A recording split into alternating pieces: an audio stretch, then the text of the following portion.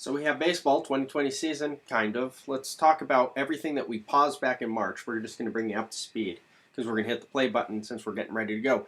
Spring training reports are July 1st, and the season is in late July. Should end by the end of September. We have playoffs, World Series going into October, just like a normal postseason year, kind of. So we have the rules modifications, which is DH is everywhere, and we are starting a runner on second base for extra innings, the tiebreaker that we've seen in the low minors, Atlantic League. They're going to try that in the majors to try to make everything go faster for this shortened season. The 60-game schedule is going to be split up. It's all regionally based. So if you're in the West, you play your Western foes from your same league, so that if you're the Diamondbacks, you play everyone else in the NL West 10 times. And then you play everyone in the AL West 4 times each. That's 60 games total. But my question is, what's really interesting is, what are we going to be doing with our umpires? Because if you recall, we distributed the 2020 MLB umpire cruise list. We announced that back in May. And like any other year of an umpire crew list, you have umpires from all sorts of different places in the country. For instance, crew number 2, which is the one that I like to talk about because it has Joe West on it, and everyone loves Joe, and we'll get to another point about Joe in a second. Joe West, Angel Hernandez, Dan Bellino, Adam Hammery. And you'll notice that although Joe and Angel are both from the eastern part of the United States, Dan Bellino's from the central part of the United States. So specifically from where they reside, they're in different regions for this west, central, east idea. And the question becomes, do we adhere to our 2020 crews, or do we split the crews up again and just choose regional crews? So that someone that is specifically for the East, West and Hernandez, you'd swap out Bellino, and then you could put in another number 3 umpire who's from somewhere in the East, like C.B. Buckner, or any of them. Do they reconstitute the crews? You have new crew chiefs, obviously, doing their things, and do they get to lead the crews, or are they going to be absorbed into because of necessity, have to be absorbed back into another crew where just by region? Because you think about it, the umpires are the weak link. If they have to fly commercial, they're the weak link. You charter flights, you charter buses for teams, but not umpires. And so the question is, what are we going to do? Because you can easily say, oh yeah, we're going to regionally base the umpires, and you can tell someone who's working a game in Los Angeles, go down to Anaheim, and when you're done with that, go down to San Diego, and then go over to Arizona. You can manage it that way. But when it comes down to, when you're done with Arizona, you're going to fly to Miami. That's risky. So the question is, what's going to be done about that? I said I'd get back to Joe in a second, and the reason I said that is, recall that Joe, and Jerry Davis as well, have milestones coming up this year. Jerry Davis needs a lot fewer games than Joe does to get to the milestone. So Jerry, this 60-game season, he only needs 43, I believe it was, something like that, to get to his milestone of 5,000 overall games worked. And remember, he can use postseason games for that as well, so if he gets the postseason, it's all part of it, because he's going for all games, not just regular season. So he's going to hit it at some point this year. But Joe West, he's only regular season games count because he's going after Bill Clem's record to become the #1 all-time umpire, most games worked in MLB history. He needs exactly 60 games to get there, regular season games.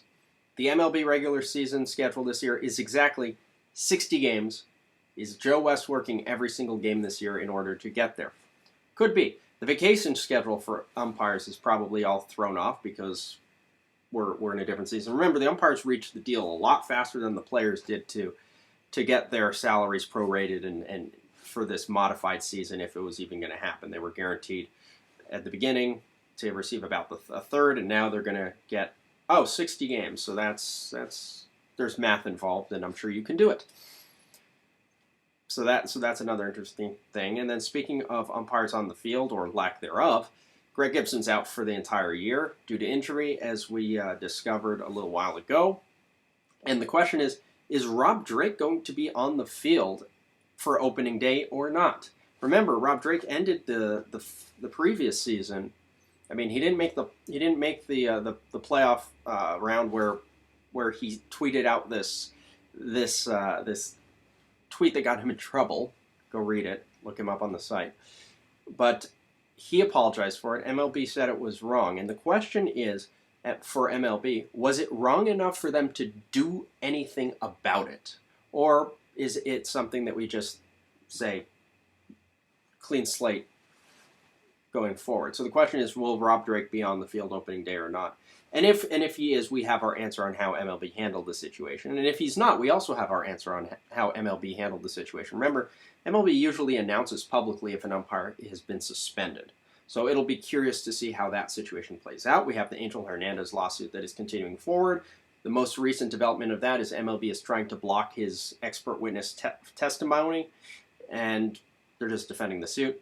MLB's stance is there is zero evidence of a diversity problem in baseball. There's no evidence. It hasn't been demonstrated. There's no diversity problem in our sport, which is a very broad generalization, which is probably a legally harmful thing to do. That's not a good strategy. It's never a good strategy legally to speak in generalities when you have a very specific case before you, but we'll see how that turns out for MLB. That's something else to keep tabs on. But again, my number one thing to keep an eye on this year is how the umpire crews are going to be distributed, because as constituted, the 2020 crew list, it's fantastic like you would think it would be. But logistically, the umpires are going to be a weak spot as soon as they step on a commercial flight, as soon as they step into a public airport. That's going to be what your weak spot looks like. And although there is no minor league season, it doesn't look like it's going to happen.